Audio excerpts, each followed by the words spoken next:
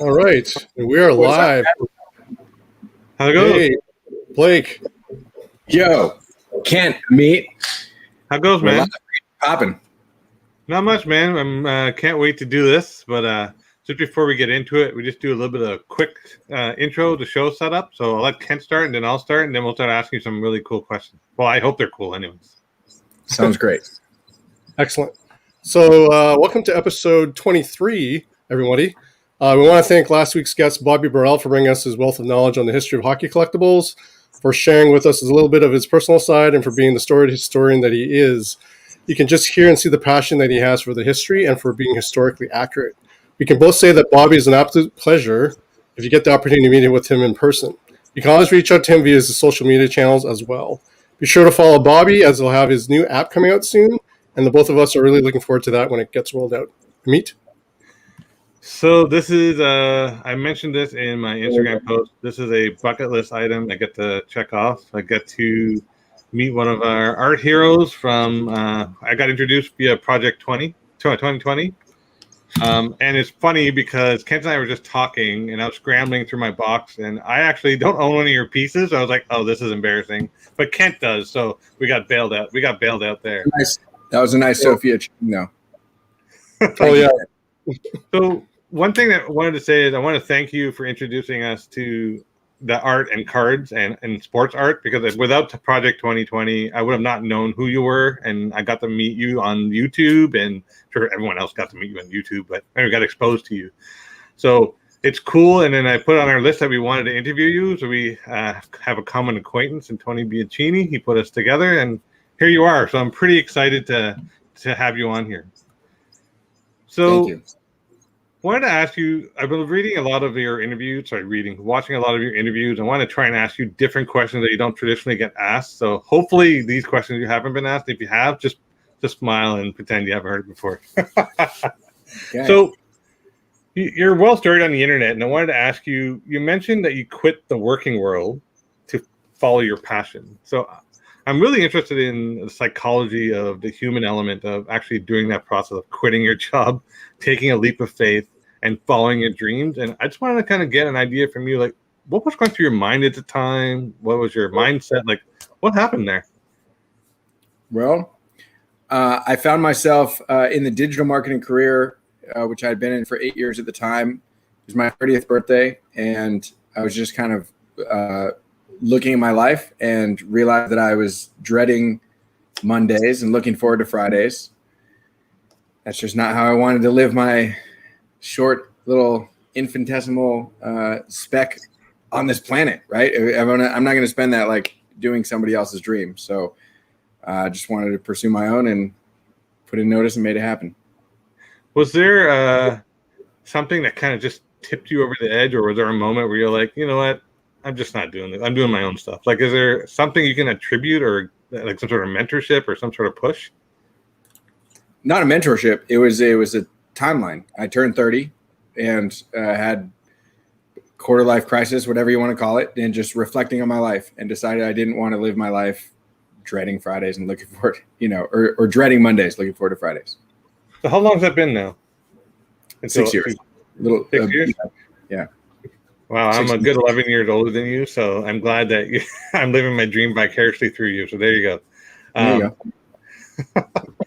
So going on that whole motif of you quitting and doing your work on your own, you had mentioned you moved back in with your folks when you were also 30. So that also is a bit of a bridge. For some people, it's a bridge too far. For me, I'd move in with my parents in a heartbeat. They would be awesome to do that. How did your inner circle handle that? And were you second guessing yourself at any point, or you just said, that's it, I'm moving with my parents and I'm going to make this happen?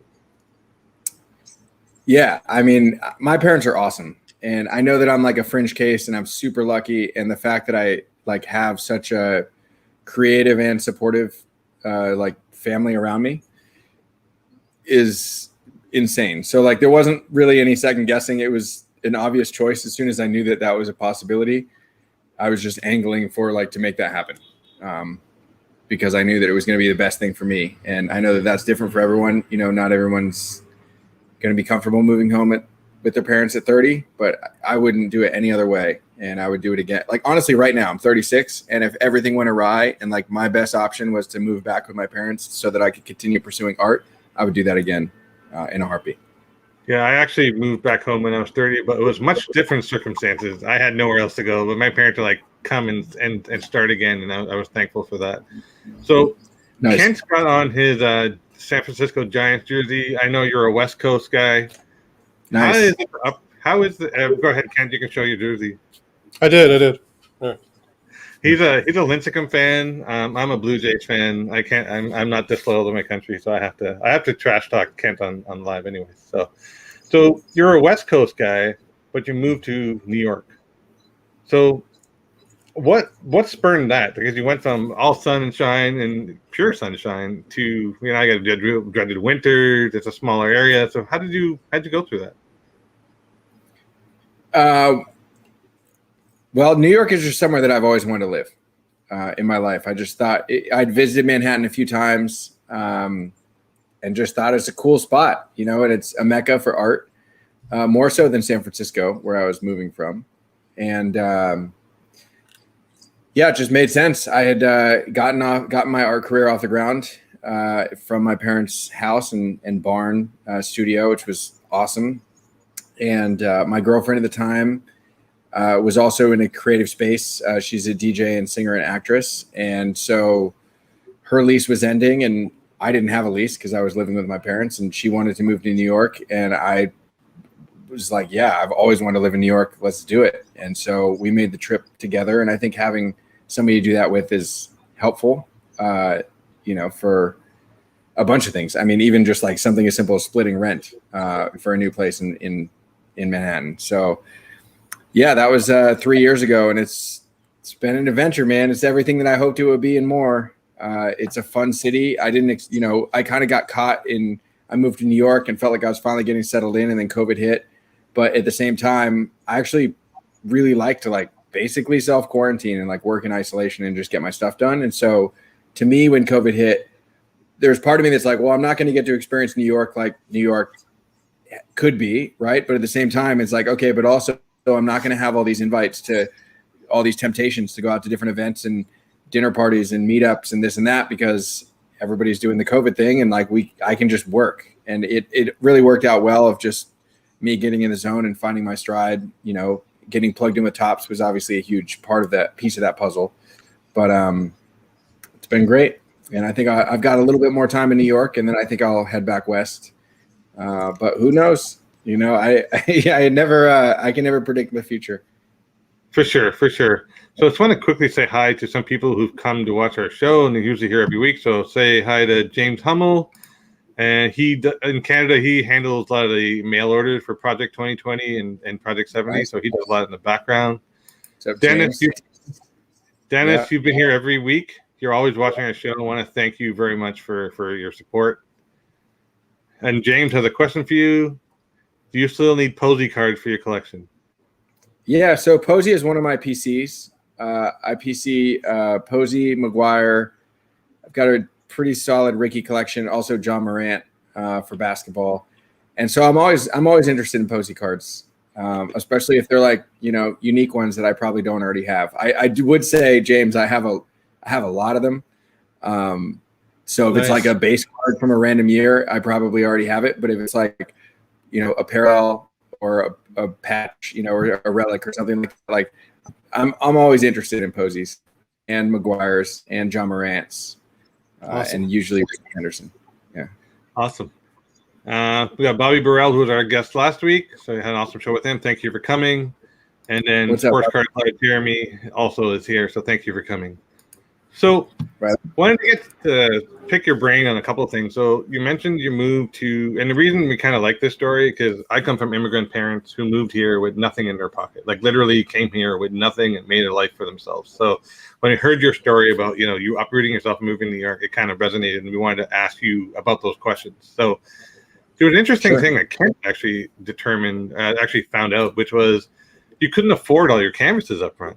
So you used to go looking for Was it canvases or just general items you could actually paint on in the beginning to actually get started? Can you talk about that? Anything in the trash that I could paint on. I mean, it was. I mean, to be honest, like my art studio was in a pretty industrial area of Queens and Long Island City, and there was a lot of different art studios in the 10 block radius. And so I just noticed I would see people like throwing away. You have your trash day where everyone puts their trash out on the street or on the curb. And like I would see canvases that people were throwing out because it might be because it was like the stretcher bar was warped, or there was a rip in the canvas, or they had painted on the canvas and didn't like it and were just throwing it out. And so I would grab them anytime that I could, as well as just a good piece of wood. I just need a flat surface to paint on. And so, yeah, I mean, I'm always trying to be resourceful. I think that that's part of the creativity is being resourceful. Like, us creatives are trying to make something from nothing or something big from something very little. And so, I try to stay tapped into my surroundings and see what's around. And that doesn't change. I mean, I was on the way back from a UPS, like picking up mail a week or two ago, and found a dope canvas that's like up there waiting to be painted. There's no reason it should have been thrown out. It has a small rip in it. I can fix it. No problem. Nice. It's actually interesting. When I open up packs of tops or whatever, Upper Deck or whatever it may have you, I save anytime they're packed and they have the white side that I can actually draw on. So I do some art myself, and I'll just save it for doodling because that paper is expensive. I've gone to the shops and I'm like, wow, this is expensive, but they're free when not free. You're paying for a box of cards. So I use that and I experiment on that. I'm still a very young artist. I only picked it up when COVID started, and then I'm still experimenting. So I wouldn't say I have an expression or a way to go yet. But one question for you is, where do you get your inspiration when you paint? Like, what in your mind when you go to do what you're going to do? Have you got a plan, or do you just kind of sit there and go, I'm just going to do it? Like, how do you approach your work? So the process that I use to create portraits is I print out a photograph, and then I'm cutting with an X-Acto knife what's called a stencil. And a stencil is basically cutting holes in paper, or it could be in anything, but cutting holes in something so you can spray paint through, and that kind of makes the image. And so there's part of my process that is creative in where I'm taking a photograph and turning it into a stencil. And so I'm deciding, is this going to be black? Is this going to be white? Is it going to be, anything? Once that part is done, and then I'm translating that into painting on a canvas, usually that is just decided on the spot. I don't have a plan going in. Now, there are exceptions to that. If I'm doing a commission and they say, we want this painting and we want this color, we want this thing, like obviously I'm working within those boundaries. But if it's something that I'm painting for myself, or oftentimes a Topps card, which although it's like for Topps lets us be super free about, what we can do whatever we want. I'm making all those decisions on the fly as far as like the different color choices, or even just like the layout of where I sit the portrait on the canvas, any other patterns that I want to kind of interlay with other stencils. And so it's a mix of planned and spontaneity. So one thing I noticed, and I may be incorrect, like I said, I spent a bit of time researching some of the work you do, and I noticed that you really like to use physical mediums, right? You like to use stencils and you don't use iPads as much or maybe you do, and I just don't see that. Do you prefer the physical medium, or do you experiment with both? I primarily work with analog. I do have an iPad, and it's something that I would like to spend more time on and get better at. But it's just anything in art, there's like a very steep learning curve at first. It takes a lot of effort to get competent in a new way of making art. And so I haven't got past that hump yet with my iPad. And I do, whenever I pick it up, I actually really enjoy it. It's fun. And like when I'm painting here in my studio and I do something that I don't like, there is no undo button. Right. I'm living with it. And usually I'm living with it wet and I have to wait for it to dry before I do anything else. And so definitely there is some serious attraction to an undo button in my art. I haven't had that ability yet. So when I go and I switch over, But what all that also I realized that it makes me work differently because I know that there's an undo button, and then I could lean on that too much. It's just interesting. It's a different workflow. But everything that everybody sees is all analog. That's awesome. There will be a day when I'll put out some digital stuff, but it's not yet. So I've seen King Saladin and Sophia Chang. They do stuff on iPads, or I shouldn't say iPads, on digital. Yep. There's another artist who does more. I will say, I'll use your word, analog. Kim Jung Gi. He's one of my favorite artists. He does a lot of YouTube content, and he's a magician. So I have a lot of respect for people who can do this stuff in front of people and actually paint and not make mistakes. It's insane. So first, there's a couple of people I want to say hi to. Just for a quick second, Blake. So we have Sam from Women of the Hobby. We had her on 2 shows ago, so she was an inspiration to be on the show. There you go. So one of our things we do in our show, Blake, is we basically are talking about positivity and inspiration in the hobby and whatever collectibles, art, whatever it may have you. So we can hopefully, people will leave inspired to do something. So if someone watches the show tonight and after you're talking and they want to be the next Blake Jamieson, then we've done our job, and that's kind of what we're going for. Nice. So we have Jeremy from Sports Cards Live. Yes, I do have a unique art style, but I've just barely started posting it on Instagram. So once I feel more comfortable. One thing about art, you have to be comfortable in your own skin. I'm not quite there yet. So, Definitely. Kent, do you want to take over? Because I've asked quite a few questions. Yeah, no worries. So Blake, I got to ask you something. So when you were during that time when you were looking for canvases from, I guess, what people were throwing out, was there anything that funny or amusing that you found when you were looking through the stuff that New Yorkers throw out, besides canvases and stuff? No, but there's a great little micro documentary about the Garbage Museum. I don't know exactly what it's called, but New York Nico, who's another Topps artist, has an amazing documentary about a guy pretty famous in New York that would go. He was a garbage man for decades and would collect all the stuff and put it all in this warehouse, and it's amazing what they've collected. So I know that there's good stuff in there. I wasn't necessarily digging through bags. I was looking for big standout items that I was looking big flat surfaces, and so Sure, looking for those, didn't find anything nothing too crazy.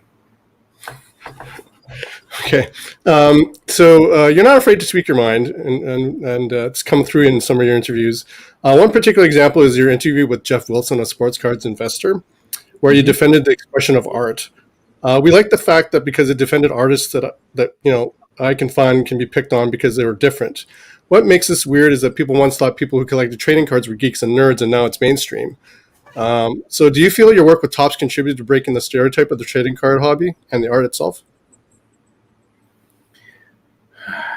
Do I think are you asking if I think my contribution to the Topps project helped break those stereotypes? Is that the question? Yes. Or had a hand in it? If people think that, I wouldn't disagree with it. I think that it's fun because I grew up collecting baseball cards, and I was always the nerd, and I was into fucking everything. Sorry, I don't know if you can swear. I was into everything. I collected Beanie Babies with my sister. I collected Pogs. I collected Magic cards. I collected baseball cards, X-Men, Marvel cards and stuff. I did all of the nerdiest stuff, and was never I was never ashamed to be a nerd, right? And I think that now, doing what I do, where I get to paint professional athletes, I think from a stereotype perspective, right? Nobody would say that that's nerdy. But I'm nerdy about it in that I'm deep in it and I love it. And coming back to the card collectible space was very natural to me to come back in and be I had fallen out of collecting cards for a very long time, but because Topps put me on and put me in the space, I'm well, I love baseball cards. Let's go. Buster Posey, Mark McGwire, John Morant, I was picking my PCs right out of the gate. And some of them my Mark McGwire, I've been collecting forever. Buster Posey was a new addition when I started with Topps. John Morant, same thing. So it wouldn't surprise me. I mean, yeah, I think that I think that it is cool. It's fun. We want to share stories about our favorite things with other humans, and it's fun to meet other people that have similar stories or want to hear and swap stories. So I don't know. I think it's cool. I still think it's nerdy, but I like nerdy. For sure. Do you think that maybe the converse question is, would you say you've done a bridge of artists who introduced artists to trading cards, like the other way around versus the way we were thinking? I think Topps did a great job of bridging the gap between art and baseball cards. You know, the group of artists that they curated last year for Project 2020, when most people were not like taking risks with their business, especially, and then COVID hit and a lot of businesses were shutting down. That's right. Nolan Ryan, Sophia Chang, great card. Topps did a really good job curating. You're a big Sophia collector. Yeah, I ended up with all of her pieces and King Saladin and Mr. Cartoon. Those are the three that I have a lot of. Nice. That's great. They did such a good job curating such a diverse group of people, artists, that we all had different audiences, but like any card collector has so many of the same personality traits as a art collector because they each like fall in love with the story, which is the art piece is the story to somebody. Like every story, it's different to each person, right? It's a different story. And if the story means a lot to you, you're going to want to buy that art or buy that card. And Topps did a really great job bridging that gap and allowed people like me to come in and be the face of that change. But it was Topps. And that's really for the whole scope because it was such a diverse group. It was really phenomenally curated, in my opinion. It was interesting because you had artists like yourself, Mr. Cartoon, who's a legend in the urban hip hop community. Like I've heard that name for so long, and when he was doing cards, I ended up buying like 3 or 4 of each of his. I don't need 3 or 4, but I bought them anyways. But I was just like, oh my god, I think he's doing cards. So it was cool. Sorry, Kent, go ahead, buddy. No worries. So Blake, last week you had the charity artwork marathon of 23 pieces in 12 hours. What was the whole process like, and how did you think it went overall? Better than you expected, and what did you learn from this experience this time? Yeah, it was great. I think overall it was a success. 23 paintings got completed. A lot of cool guests came by, and a lot of people enjoyed it. And still, like a lot of people are, watching the replays and catching up on it. So I think from that perspective, it was successful. I think there's always a lot to learn from everything. And there were things that we could have learned and do better on the production side of having a little tighter production schedule and like kind of planning. We had kind of invited like a ton of different guests, figuring, some people will show up, some people won't. And we didn't give almost no one had like specific times. They were all just like, yo, we're doing this from 10 in the morning and 10 at night, show up whenever you want. And we just ended up with like a lot of guests kind of in the middle, just like all stacked on top of each other. Where personally, I wish that I could have spent more time painting in the middle. But again, like, solid. We crushed the paintings, and all the guests, I think, and all the viewers and everybody had fun. So yeah, it was successful in that sense. And it's something we plan to repeat, not necessarily in that exact same model, but nice. Kind of the 23.live brand. 23.live is the site. Will be something on the 23rd of each month, and it will be live. It won't necessarily be all day. It won't necessarily be 23 paintings, but it'll be something that's happening on the 23rd, and it's happening live, and it's going to be awesome. I have to tell you. Go ahead, Meek. Go ahead. That's really eerie. It's the 23rd minute, and this is the 23rd episode, so you're asking that question. That's really eerie. Anyway, sorry. Go ahead, Ken. Always. I was just going to say that the line was pretty dope. That was my favorite piece from that. Thank you. Yeah. So I just did this line. Actually, I just painted today. I wanted to take one start to finish myself. That stencil. Let's see. Oh, check that out, man. Wow. Yeah. That's rad. That one came out really nice. That one just got finished today. I started it yesterday and finished it today. So there's also, there's a different level of painting that I can finish if I spend 2 days on that versus 1 day on 23 paintings. Right. And nothing better to remind me of it than just trying it.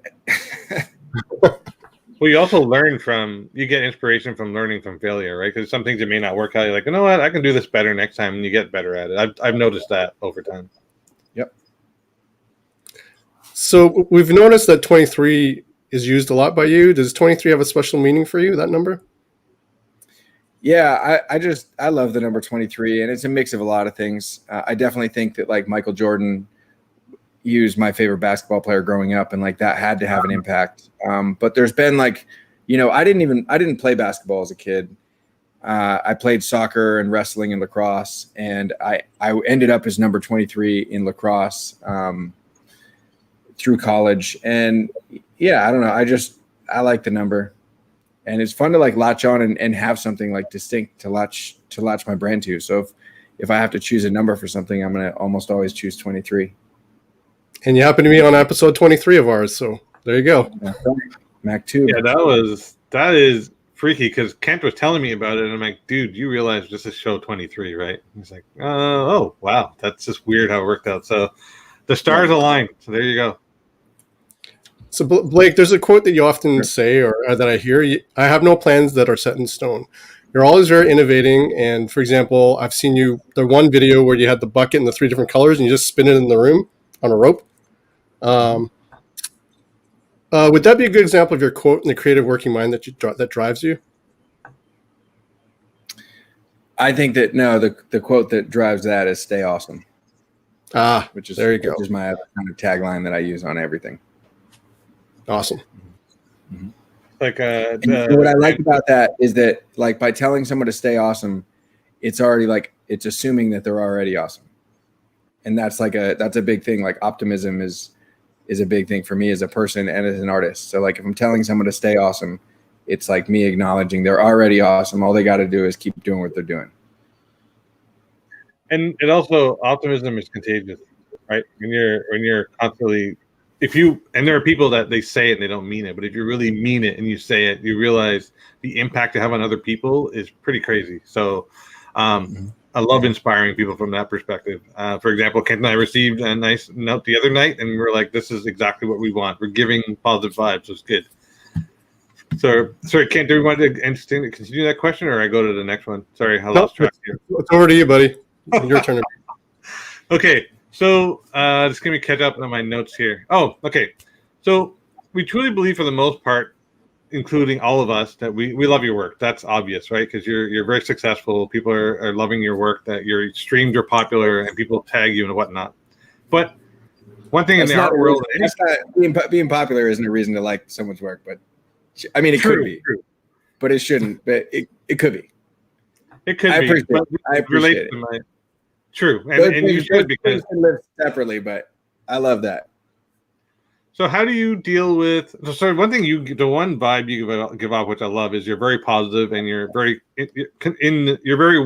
aware of yourself, right? You know what you're doing. How do you deal with haters and trolls? Like, what do you do? Like, do you just wash it off like water off your back, or how do you process that in your mind? Kill them with kindness.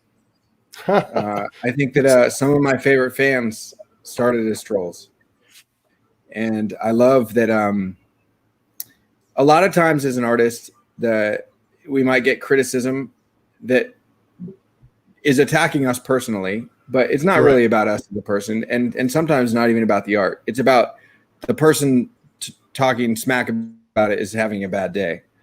And so, if I approach every criticism thinking, well, maybe they're not saying what it seems like they're saying. Maybe they're actually just telling me that they're having a bad day, and this is how it's expressing in the world.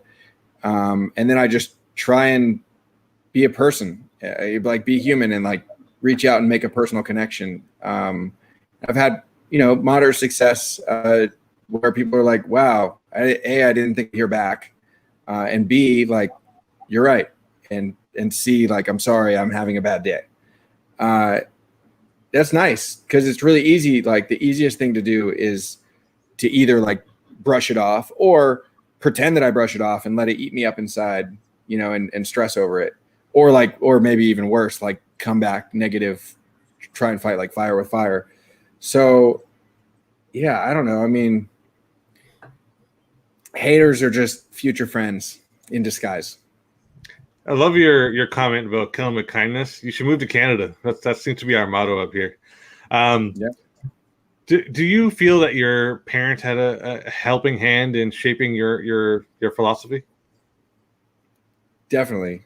My parents are, I mean, they're the best. They're creative and understanding and kind and everything that I would want to be.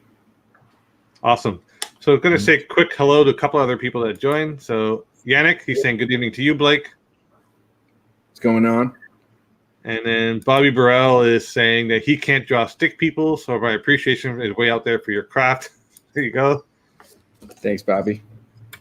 So that's I really like how you kind of answer that question, because it's kind of how I thought you would answer, but I'm glad that it is killing them with kindness, being a good person. It's not hard to be a good person. It's really easy, and I think people just need to try that, wear that hat, and it's not that bad. So I want to cross over a bit about you building your brand and getting your name out there. So you mentioned on a few interviews that you have a marketing background. You mentioned at the beginning of this show you worked in digital or advertising, I believe you said. So there were times where you literally had to give your paintings away for free, right? It cost you money to give your work for free. But if you had to do it again, the whole process, and I think I know where you're going to answer this question, but I'm going to ask it anyways. Would you do it over again the exact same way? Yeah, pretty much exactly the same. Awesome. Yeah. Okay, so I already asked you this question, and I skipped over a couple of here. So I would say, sorry, 1 second here. So you went from West Coast to East Coast. What are the traits of the West Coast you love from a sports fan perspective and just that end of the country, to the East Coast being a New Yorker and a sports fan in New York? Sports fandom has no bearing on East Coast, West Coast to me. Anywhere you go, East Coast or West Coast, people have their teams and they wear the colors and they, do the things. What I miss about the West Coast is I miss the beach. I know there's beach here, but it's just not the same. I miss my family, my parents and my sister and brother-in-law and niece and nephew. Yeah. And I mean, the weather is just amazing. Like it's always 70 degrees, which is great. But I love things about the East Coast. I love that it's Tuesday night and it's 9:30 p.m. my time, and like if I wanted to after this interview, I could go find like a poppin' spot. I won't, but like I love that I could, and I love that exists here. And where I was at in California, that doesn't exist on a Tuesday. I love there's so many creatives. Like there's like New York is smaller than California, but it's more people packed into a tighter space. That like there's so many creatives here, and I love that anywhere that I can go, I can meet people that are doing really, really interesting stuff. Yeah. Awesome. So I got a question for you from Bobby. So basically asks, do you find self-motivation difficult sometimes, or are you, when you are awesome at something, it's easier? That was a tongue twister. I mean, we're all self-motivated massively. The difference is like we're just motivated to do different things. And so I'm motivated to paint and to keep painting even when I freaking suck at it. And it took a long time to get past, it took me a long time before I was comfortable selling my work. And I was able to push past it, partially because of persistence and partially because I had a really cool situation where my parents were letting me, shack up at the age of 30 and gave me a space to create art. And I had a lot of stars aligned, right, to make that happen. Yeah. So I don't know. I mean, if you're not doing something and you feel like you're not doing it because you're not motivated, maybe that's just not what you should do.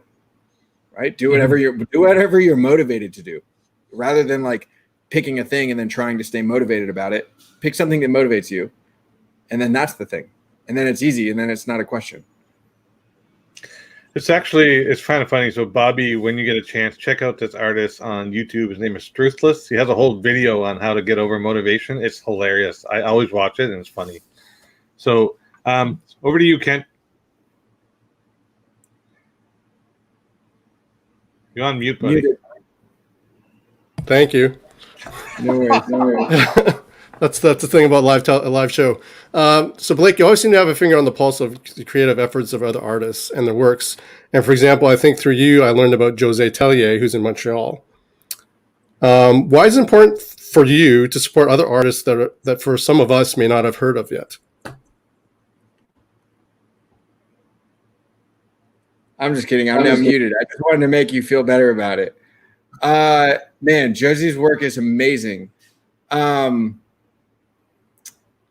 I think that like when I first started painting, there were a handful of people, maybe a dozen people that like really supported me in ways that meant a lot, even if they didn't know it at the time. And that might have been financially, but it also could have just been, supporting me emotionally or like encouraging me, right? So I've got this like I said, like a dozen people in my life that they all have free paintings for life, like literally, and they know who they are, and like they can hit me up at any time, and they're like, "It's my anniversary." I'm like, "I got you. What do you want done?"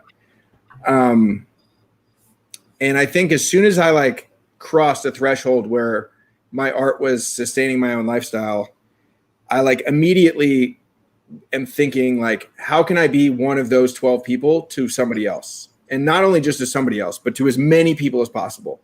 Because I think that that's legacy to me. Like more like I think that more likely than like me just becoming the most fucking famous, sorry, F-bomb, me becoming the most famous artist of whatever of all time, and like just having this crazy, like I'm the next Andy Warhol or whatever, that's a moonshot. But if I can like be moderately successful and find people that I think are talented, that I think have the chops to be, to make something, and just go and plant seeds and help them along the way, then I'm just spreading my roots like so much bigger, right? As far as legacy goes. So I just think that it's the way to live, and like it happened to me, and I just want to pay it back. That was pay it forward. Yeah. I'm really glad that we got a chance to interview you, because I'm learning different sides of you, which it's cool, and I'm hoping that our guests they get the cool experience we have from this. Sorry, Kent, go ahead, buddy. Yeah, no, for sure. I hope our audience and those of you who view this video later on YouTube and on podcast will get inspiration from our guest tonight, because he's definitely an inspiring person. That's for sure. Yeah, for sure. Thank you, guys. You're welcome. So you started out in Project 2020, and then now there's Project 70. In some ways, they're somewhat similar and somewhat different. If you had to compare the two projects, what would you say are your likes and dislikes about the two different years? Easy. What I like about Project 2020 was it was ultra, like I said, highly like well curated, and it was a small, tight knit group where after the first couple of releases, anytime a card comes out, I knew as well as everybody else, oh, that's a JK5. Oh, that's an F dot. I know it's Sophia Chang. Like it's people know it. This year it's 52 artists or 51 artists, and it's just a lot. And I try my best to keep up. And so I like the class size, I suppose, of Project 2020.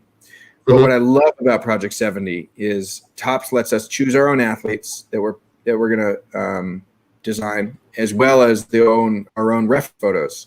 So we're searching through Getty Images, through their kind of licensed images that we can use. Right. And just opens up a lot of creative freedoms for us artists. Whereas last year it was 20 artists and we were painting the exact same 20 reference cards in our own style. And that's fun for collectors to say, okay, now I have 20 Jeters, or I have 20 Sophia Changs, or I have, the whole collection of the A's players or whatever. Like there's a lot of different ways to collect it. And there's still those elements this year, but yeah, man, it's pros and cons. It's a lot of cards. There's over 1,000 cards in this Project 70, and they're not cheap, right? They're $20 a card. And I get that this is a luxury purchase, and there's so many. There's also, now that we're kind of through COVID mostly is when it comes to sports. Like sports is fully functioning. And so there's a lot of like different competition for attention and for cash or for eyeballs, for anything. So there's pros and cons. I mean, I love that. I love Topps, and I love what Topps allowed me to do with my art and like take it to the next level. And I will never, just like I don't ever forget those first 12 people that supported my art. Like Topps to me is like my first like major brand collaboration, because I work with some really cool athletes and brands, but not on this scale. And so I won't ever forget that. And like I will never, anytime Topps wants to do a project, I will always do it with them, because like that's what they get, right? And I hope that our future is well beyond. Like this is my third set with Topps, and I hope that we have 30 more. So going back to Project 2020, what was the revelation like for you when you realized that people and thousands of people were buying copies of your cards at like $20 a pop? What was like that for you? It was surreal. I mean, I think like going into the project, my expectation was 200 would be a low print run and 2000 would be a high print run. And that was a little bit arbitrary, but those are my expectations. And right out of the gate, we were doing thousands of cards with every card, and peaking at 100,000 cards for Keith Shore. I did 75,000 with my Mike Trout. It's I don't know, man. Even to this day, like it doesn't really feel real. It was cool. It was great. I try not to I try not to let that impact my art. Like, you know, whatever I painted last year for Topps, I feel like what I'm painting this year for Topps is way better. Because it's a year, you know, I'm a year later, and I'm only like 6 years into my career. So that's like 20% extra time practicing. And I practice a lot. So, yeah, and I think the art that I'm delivering to Topps is better than it was last year. And the print runs are just different because the market is different. And like, I don't take that personally, and it doesn't affect, like, I don't care. I know that my art is getting better, and I'm still like reaching new fans that I meet maybe through Project 70. And they're like, oh man, I just had to catch up and get your Project 2020 stuff, which is cool. But yeah, I mean, Topps is awesome. So speaking of fans, like, are you taken aback by the fact that so many fans reach out to you and appreciate your stuff? Like, how does that make you feel? The same. It's good, man. I'm super confident in what I'm doing and what I'm going to do long term, that I'm like, at the same time, like every single person, even my mom, when she comments, I like genuinely, I'm like, thank you for taking the time to do that and like mean it. But also at the same time, like I feel like my art is insanely underappreciated and undervalued by the grand scope of the whole world of like what, like imagine if I could get my art into millions of homes instead of thousands of homes, like all the difference that I can make there, whether that's investing into other artists or like, you know, anything. Right. So it's amazing, you know, every single fan. And that goes from when I had 2 fans and it was my mom and dad to now where I have a lot more than that, but there's my mom and dad are still in all the chats. Oh, nice. Yeah. So every fan is equally as important. But at the same time, like I still just have this much bigger, I know that we got a long way to go. Well, it's interesting because some of your earlier Project 2020 pieces are going for a lot more on the retail market and on the secondary market. So that's a good thing to see, right? Yeah. So you did something that was really unique last year, and I wanted to talk to you about it. And I know you were asked this before, but I still want to ask this question because it's interesting. You were buying back your own copies of Project 2020, autographing them, and selling them back to the fan base. And I thought that was pretty innovative, right? Because you're actually kind of, it's so simple but yet so effective. So how did you think of do that, and what made you take the leap of faith that people actually buy them? Well, you know, when I grew up collecting baseball cards, we'd go to games and go to spring training or show up early and go to batting practice with my dad. And like, we had the whole, you know, we had our pens, we had our balls, and we're getting signed and cards and stuff. So, you know, I knew that was a thing. I didn't immediately, when I was hired by Topps to design cards, I wasn't immediately thinking that I would do the autographs. But our mutual friend Tony Bianchini, who I met through Twitter through the project, hit me up and suggested that we really like kind of partner on it, and I would just have to do the art and then sign the cards, and he would kind of do the rest, fulfillment and shipping and whatnot. And so like it was a big part of Tony suggesting that I do it, and I think, who knows for sure, but I think I would have got there eventually. But Tony definitely gave me the kick in the ass at the start, make it happen. And I was one of the first artists. Tyson Beck also did autos really early. We did it around the same time, and it's funny because I always tell Tyson that I thought he did it first, and I followed him, and he says the same other way around. And it proved lucrative, and it was a good, cool thing for us artists. And so I also encouraged other artists, that anybody that I would talk to, say, hey, this is a good opportunity to capitalize. And so it's fun being able to give back in different ways, sometimes just with advice. And yeah, Tony gets the props on that idea. So, and Tony, if you're watching, again, thank you for the connection. So I know last year, this guy, Kent, was trying to get one of your red signature cards, and I remember how angry he was that he missed out on it. So I just like, so it proved that, even guys like us were like, we're just trying to get the card ourselves. So another question is, you go on YouTube a lot, right? Between 10 and 10:30, and you go 2 to 3 hours a night. So do you just like, is it, the way I'm trying to rephrase it, do you ever get, like, is it exhausting, or do you get motivated? Like, how do you push yourself that hard to keep going? Like, that's a long time frame to be live. Yeah. Well, when I started live streaming at 10:23 p.m. on YouTube last year, at first I started out 7 days a week and did that for probably 3-4 months. And then I went down to 5 days a week, and then I went down to 3 days a week. And actually just recently, I just postponed all my streams indefinitely until further notice.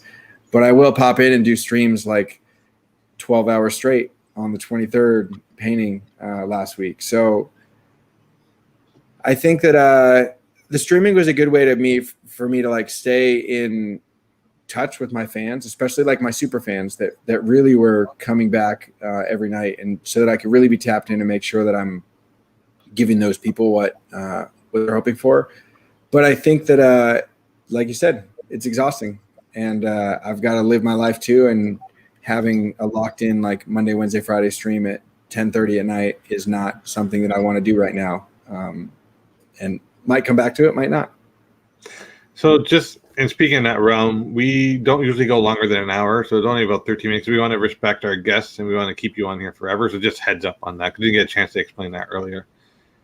So let me go back here. So there's one question. Oh, sorry. Do you still feel the need to prove yourself to any of these industry pros to continue to say that, this art form isn't whatever term they add to it? Like, oh, this isn't real art. Like, obviously you mentioned that, haters are future friends.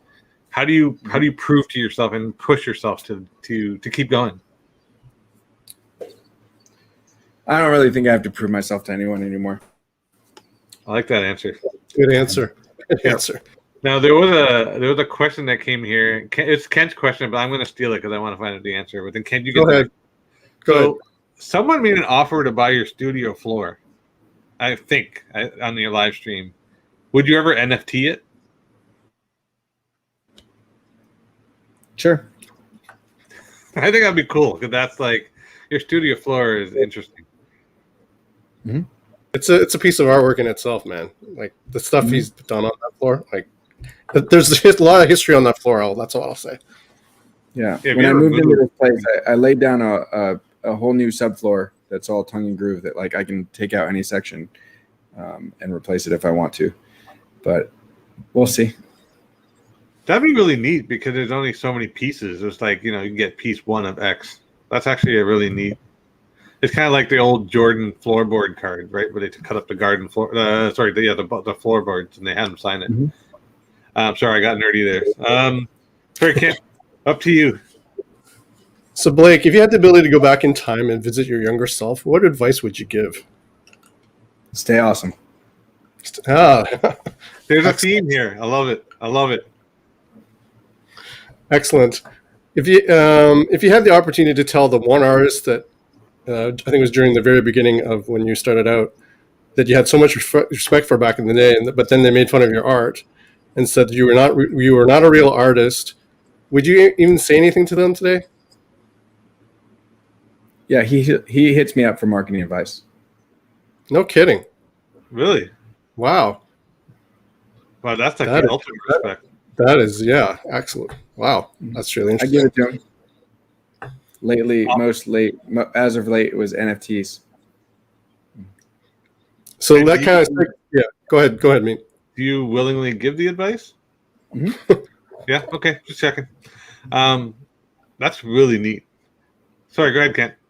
Yeah. So it's kind of leads me into my next question. So Mike Winkleman, aka Beeple, sold his NFT collage art piece for like $69 million.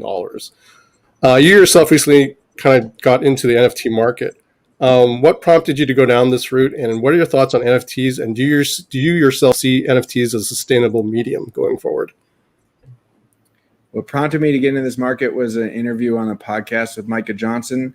I do believe in this future. And what was the third part of the question? Do you think it's a sustainable medium, NFTs going forward? I do. Oh. Yeah, you made a comment that you can't copy it, right? There's a signature, and that's the original signature. You can't make counterfeits to that. So that was a really neat. You made that on another podcast, but I thought was a really fascinating point. So I like that as well. So from an artist point of view, when you're selling your pieces, you don't have people ripping your pieces. This is an easy way to keep it legit, right? So yeah, guaranteed, authentic, and scarce. For sure. So we're at the last question. Second to last question. But I want to just quickly give Jeremy a chance to say, yes, go ahead, hit the thumbs up. So I appreciate it, folks, for coming out. A lot of you come out to watch the show. I'm going to thank Blake again and again. But first of all, I want to thank you for coming, because this was a dream come true, and I'm really glad that we did it. Got a chance to learn another side of you that I will appreciate more when I'm seeing your art. So there's two last questions there. So I'll ask you the last question, which is, what advice would you give to the general populace that are artists that are trying to be artists, and to help them get started? What would you tell them to do? Well, I decided to become an artist at 30 after I had quit my job. And if I had known before I quit my job that I was going to quit and become an artist, I would have given my advice to spend my nights and weekends working on the art, because I had a lot of time. Waste is not the right word, because I didn't know what I was doing or where I was going. So it is what it is. But, spend a lot of time watching Netflix, or, going out to bars, or any number of things. When I could have been painting before I decided to start painting full time, because I basically went 0 to 100. And so my advice for aspiring artists or hobbyists is to pack every inkling of your free time with that hobby while it's still a hobby, and make sure that that's really what you want to pack all your time with. And if you find yourself not wanting to do, if you want to spend if you work a day job and then you say you want to be a painter, but then you get free time and you end up doing something else, maybe that something else is what you should do full time, not paint. Whatever you choose. If you think you want to be a painter, fill every inkling of free time with painting, and then just double check. And then if you're right, you're that much farther ahead. For sure. I try to tell my nieces and nephews, just whatever you do it early. Don't wait. Just enjoy it, right? So Kent gets to ask the last question, which we ask at the end of all of our shows. Kent, you get to do it this week. Go ahead, buddy. Excellent. So, Blake, what inspires you? Oh, man, there's so many things. What inspires me? Plants, children, crystals, music, other artists, my parents, my sister, my niece and nephew, books, audiobooks, cool clothes. I mean, everything inspires me, man. Literally everything. That's awesome. So want to first thank everyone for taking the time to come watch us tonight. And for those on podcast, you get to check us out later on today. Blake, just hang up for a few minutes. We're going to say hang up and just going to talk to you, and then we'll let you do what you do best. But again, thanks to everyone for coming out. This is an awesome moment in our young podcast history. So we're gonna sign off now. Cheers. Stay awesome. Good night, everybody. See ya.